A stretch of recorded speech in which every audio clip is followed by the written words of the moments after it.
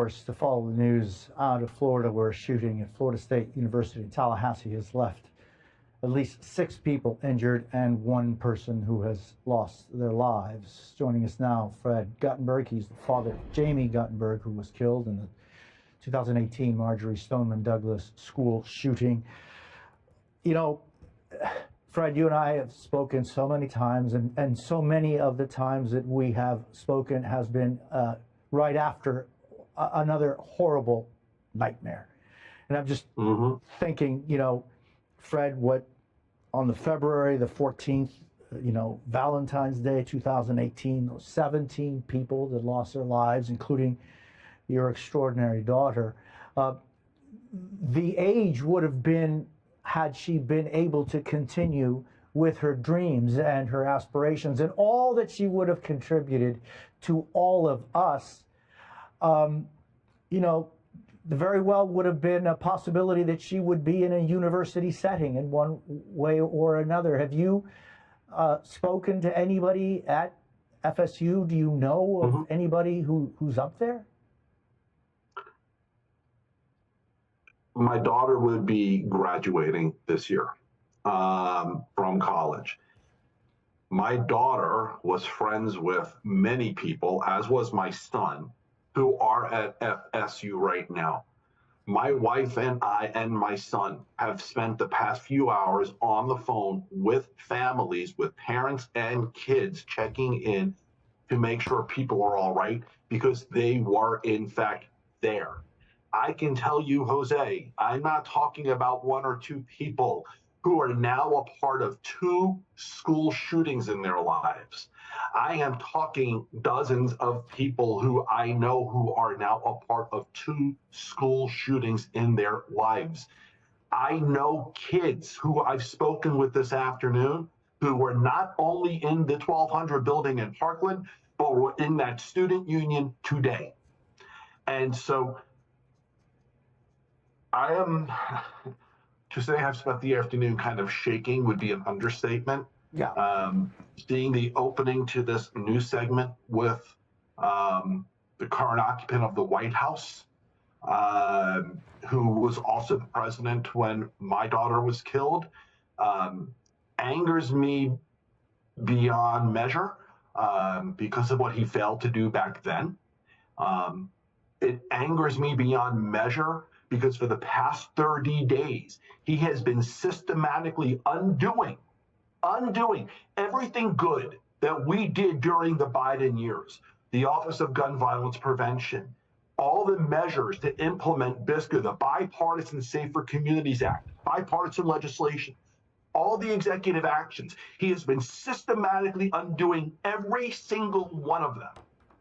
And so if anyone is surprised that he will do nothing after today, you shouldn't be.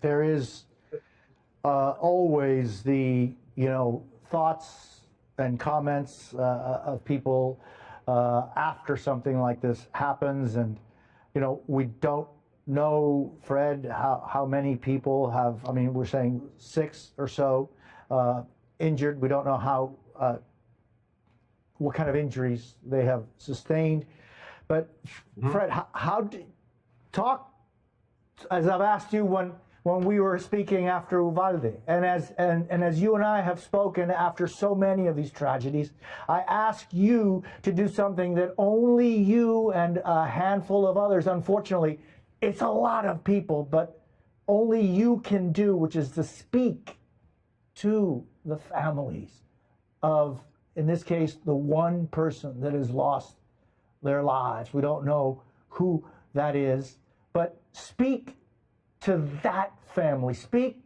to those people who right now have their children in lockdown or are just terrified of what they witnessed or what they heard.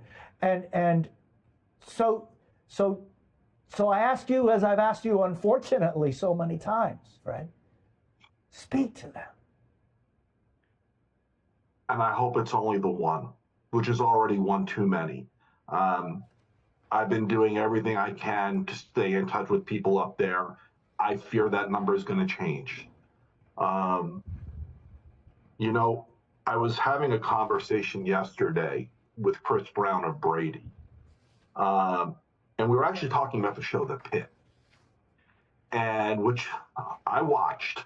And there was a mass shooting scene within the show.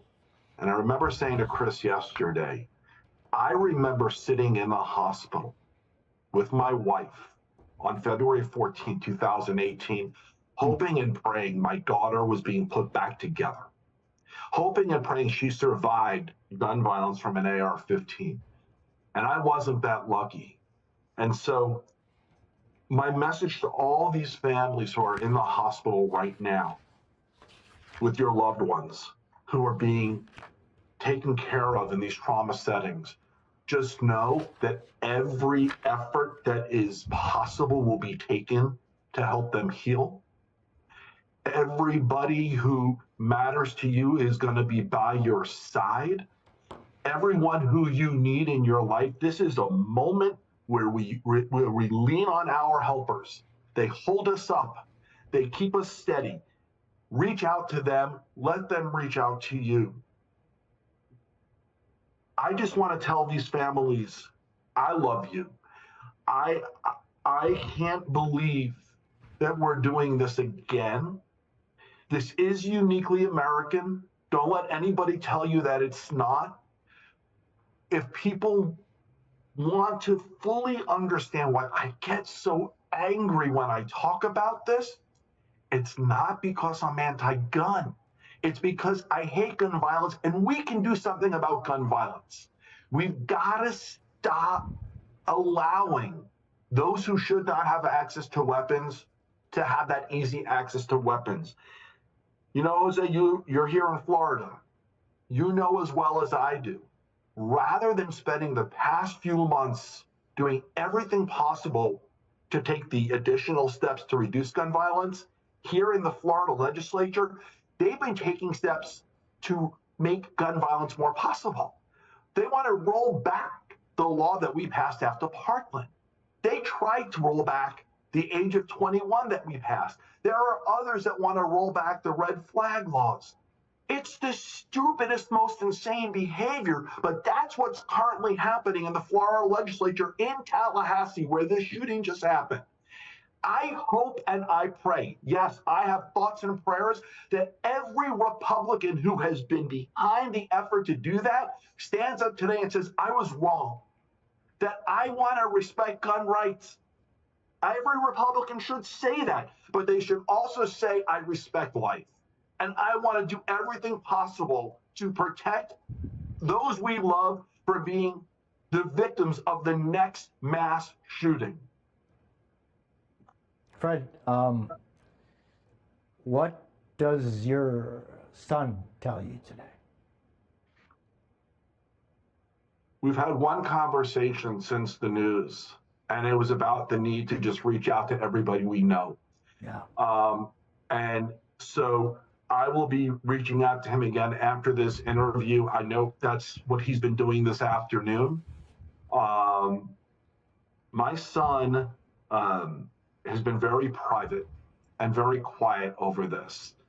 But this brings up memories for him, and this brings up trauma for him that I just, that I can't describe.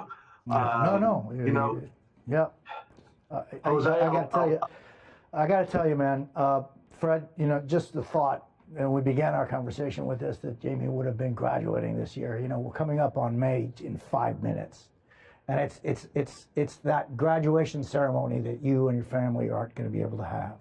It's the beginning of a new life of service, of making a difference, of continuing through dreams, hopes, and aspirations of good people that will not have the opportunity. And it just breaks my heart, man. And I just want to say thank you, Fred. I know how difficult this is in this time and in every time.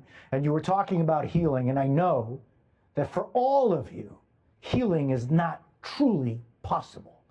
But the daily affirmations of hope, I thank you, Fred. I thank you, and just send my best to your family, and I appreciate always your willingness to come and speak with me and with us, even under the most difficult of circumstances. I appreciate that, my friend. Thank you.